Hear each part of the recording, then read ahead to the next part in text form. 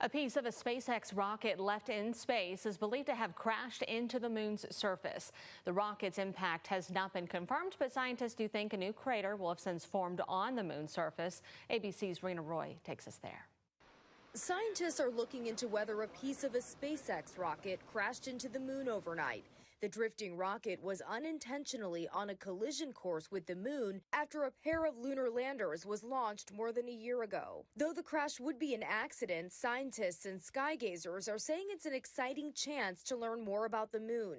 We know the speed, we know exactly what it's made of, we know how much it weighs, and so that's going to really tell us how the lunar regolith responds and what happens underneath the surface. Astronomers say the rocket had dumped its remaining fuel and could not be controlled. What has happened is essentially a mixture of solar activity and gravity forces have put it on a path towards the moon. Experts say based on mathematical calculations, the crash likely happened near the Einstein crater, creating an impact crater only visible up close.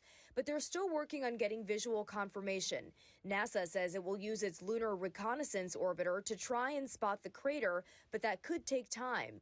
SpaceX says it's working with NASA to figure out how to prevent future lunar impacts. What is the best future disposal path for high energy missions that are in the Sun-Earth moon system? This isn't the first time this has happened. A Chinese rocket segment dug out a pair of craters on the lunar far side in 2022. Rena Roy, ABC News, New York.